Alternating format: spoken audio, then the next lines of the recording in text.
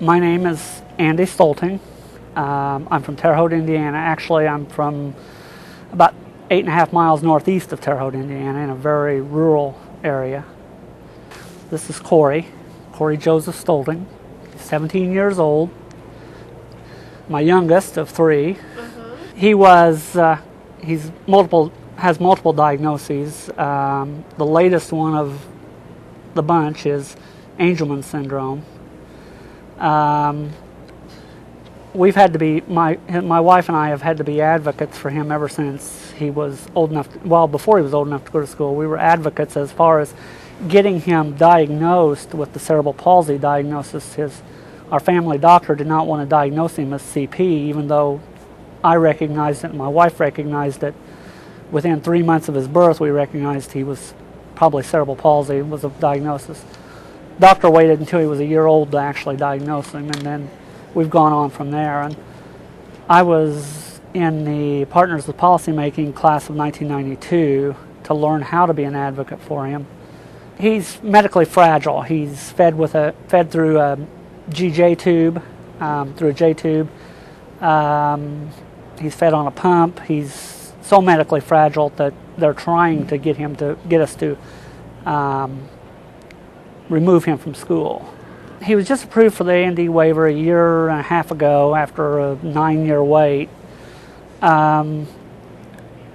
He up until the A&D waiver came through, he was on the Indiana Choice program, and under those services he got what's called respite services, where someone would come in and take care of him so that his mother and I could get out and do our grocery shopping and go to a movie every once in a while, which is a big deal when you're stuck 24 hours a day taking care of a child. When he went on the A&D waiver, because of his medical problems, they dictate that he has a nurse come in. So the nurse comes in 80 hours a month and basically does respite services, only she's a nurse instead of just a normal individual. And so during the summer, he gets some outdoor activities where we take him to the park, or we take him in his wheelchair and all of his medical gear dragging along behind us. We take him to festivals and things. It's a lot of work to take him anywhere, so you really have to have support to take him. And I have two older boys. My oldest is 24 years old, out of the house, but spends a lot of the time back at the house helping support, take care of Cory. So again, his mother and I can work and can do things outside of the home. When we were on Choice, he got 40 hours of respite a month, which was nice, but the 80 hours is a whole lot better. 120 would be even more wonderful. What we don't like is the way the case management system is, and the fact that there are no real programs out there for especially in our rural area, there's no programs out there for a child of with Cory's problems. I mean, you've got sheltered workshops, but Cory could never do a sheltered workshop. They've got a place called Macmillan Daycare, but that's basically for adults, and they're not set up to deal with Cory's medical problems. We're still fighting with the problem of what are we going to do in basically 4 years when he gets out, when they kick him out of school finally. I mean, are we going to be able to keep our jobs after that, after he graduates from high school, or is there going to be some kind of service somewhere where we can send him and expect him to be safe and comfortable so that we can actually do our normal lives?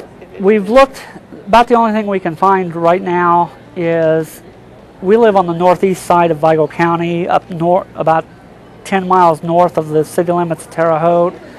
The only program that's available in Terre Haute is on the south end of town, which is about 21 miles south of us.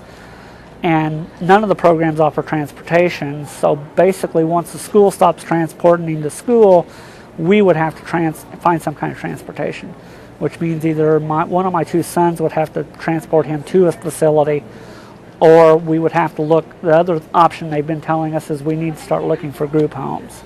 with a group home, most group situations aren't set up for his medical needs, and I've worked for Medicaid for so long and been in and out of nursing homes so much and group homes that I really don't like the programs that most of the group homes and things do. Our goal is to keep him at home or with another facility that we can count on for as long as possible.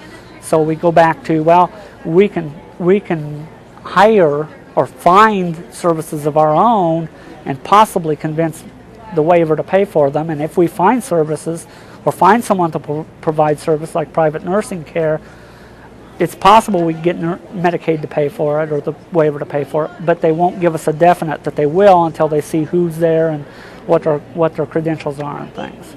So it's, like I said, it's advocating for my son is, I call it my first job, and my job at Medicaid is my second job.